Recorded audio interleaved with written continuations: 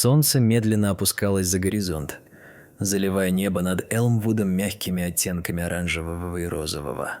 Николас Бёртон брел по знакомой тропинке через лес после трудного дня в своей велосипедной мастерской.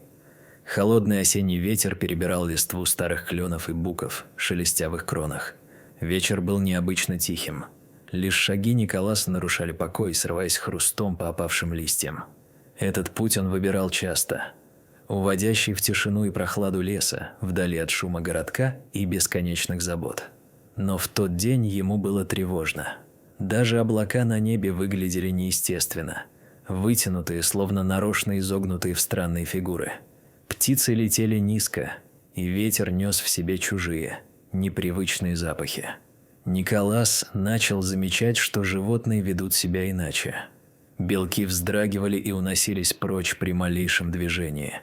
Одинокий олень, вышедший на тропу, застыл, глядя на него, как будто решая, нападать или бежать. Даже вороны на ветвях были на редкость молчаливы. Что-то в воздухе подсказывало, в лесу происходит нечто неладное. Внезапно с глубины леса донесся протяжный пугающий звук. Он был похож на стон, глухой, животный. Николас остановился и замер. Через несколько секунд звук повторился, уже ближе. По его спине пробежал ледяной ток страха. Это не было похоже на привычные звуки леса. Последние лучи солнца едва пробивались сквозь густые кроны. Тени становились зловещими, длинными, казалось, что каждое дерево, каждый куст оживает. Николас ускорил шаг, стараясь держаться тропы. Порыв ветра вдруг принес резкий тяжелый запах, напоминающий смесь звериного пота и пыли, как будто он оказался рядом с клеткой дикого зверя. У него по коже побежали мурашки. Впереди промелькнула тень. Большая, массивная. Она двигалась медленно, будто раненое существо. Николас затаил дыхание, вглядываясь в сгущающиеся сумерки. Его сердце билось так громко, что, казалось, могло разбудить весь лес. Каждый шаг по сухим листьям отзывался слишком громко. И вот треск ветки где-то рядом. Он резко повернулся. Все в этом лесу казалось искаженным, будто в дурном сне. Тучи закрыли небо. Свет померк. Николас вытащил телефон, пытаясь включить фонарик, но экран показал отсутствие сигнала. Он знал, что в этой части леса всегда ловила сеть. Что-то было не так. И тогда раздалось тяжелое дыхание, грубое, прерывистое, словно огромное животное пыталось дышать через боль. Он замер. Перед ним в темноте сверкнули два глаза, отражая скудный свет. Николас не мог пошевелиться. Страх парализовал. Существо тоже остановилось. Из тени выступил силуэт, крупный, с густой гривой. В это было трудно поверить, но перед ним стоял лев. Африканский лев, посреди леса в северной части Вермонта. Его первым инстинктом было бежать. Но он заметил, лев не был враждебным. Он выглядел уставшим, изможденным. Шерсть тянутая на кости, на шее потертый металлический ошейник. Это был бывший пленник, сбежавший. Но как он оказался здесь? Лев издал слабый стон.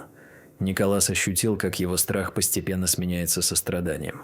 Он осторожно снял рюкзак. Там был сэндвич, не съеденный в обед. Он разворачивал его как можно тише. Лев приподнял голову, учуяв запах еды. Николас аккуратно разломил сэндвич, положив часть перед собой, и медленно отступил. Хищник приблизился, не спуская глаз с человека, и проглотил еду. Николас достал бутылку воды, налил немного в крышку и поставил ее на землю. Лев выпил все до последней капли. В его глазах промелькнула искра доверия. Спустя несколько минут он развернулся и пошел прочь от тропы, оглядываясь на Николаса. Мужчина, колеблясь, пошел за ним. Лев вел его все дальше в лес, среди зарослей, где не ступала нога человека. И вот, спустя почти 40 минут, когда деревья начали редеть, воздух изменился. Появился запах металла, пыли и животных. Перед ними открылась старая грунтовая дорога, заросшая травой. Луна вынырнула из-за туч, осветив заброшенную территорию. Впереди раскинулся полуразрушенный цирк.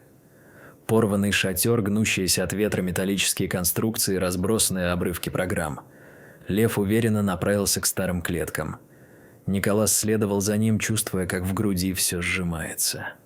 Внутри клеток движение. Он включил фонарик. Свет выхватил измученные тела: тигры, медведи, обезьяны, слоны. Грязные, изможденные, полуживые. Одни лежали неподвижно, другие раскачивались, демонстрируя признаки безумия от долгого заточения. Лев остановился у клетки с 2 слонами и издал тихий рык.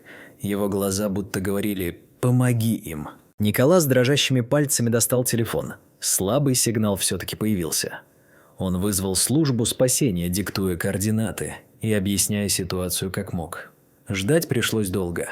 Все это время он поил животных водой, найденной в старом баке. Раздавал остатки карма, что нашел в подсобке. Некоторые звери были слишком слабы, чтобы даже пить. Спустя 2 часа появились фары. В лес вошли ветеринары, полиция, работники зоозащиты. Началась операция. Замки срезали, животных эвакуировали. Тигрицы с последней силы помогли подняться на носилки. Слоны плакали. Их цепи оставили глубокие раны. Льва тоже забрали. Его бывшее имя было Лео. Он был звездой арены. Через месяц полиция задержала владельцев цирка, супругов Картеров, в небольшом городке в Гватемале. Их обвинили в жестоком обращении, подделке документов и мошенничестве. Это дело вызвало масштабную проверку по стране. Выявили десятки подпольных цирков. Условия содержания животных были ужесточены, а контроль усилен. История Николаса стала известной. Местные газеты и телеканалы рассказывали о том, как один человек изменил жизни 30 зверей. Мэр Элмвуда вручил ему почетную награду, а Ассоциация защиты животных – премию за храбрость и сострадание. Лео прошел курс лечения и был перевезен в крупный заповедник в Аризоне. Год спустя Николас получил письмо. На фото – могучий лев с густой гривой, живущий среди зелени и простора. Его глаза светились жизнью. Глядя на снимки, Николас понимал. В тот вечер он сделал все правильно. Он пошел за зовом сердца и спас не только льва, но и десятки забытых, брошенных существ. Эта история стала символом того, как даже один человек может изменить чью-то судьбу. Или сразу множество.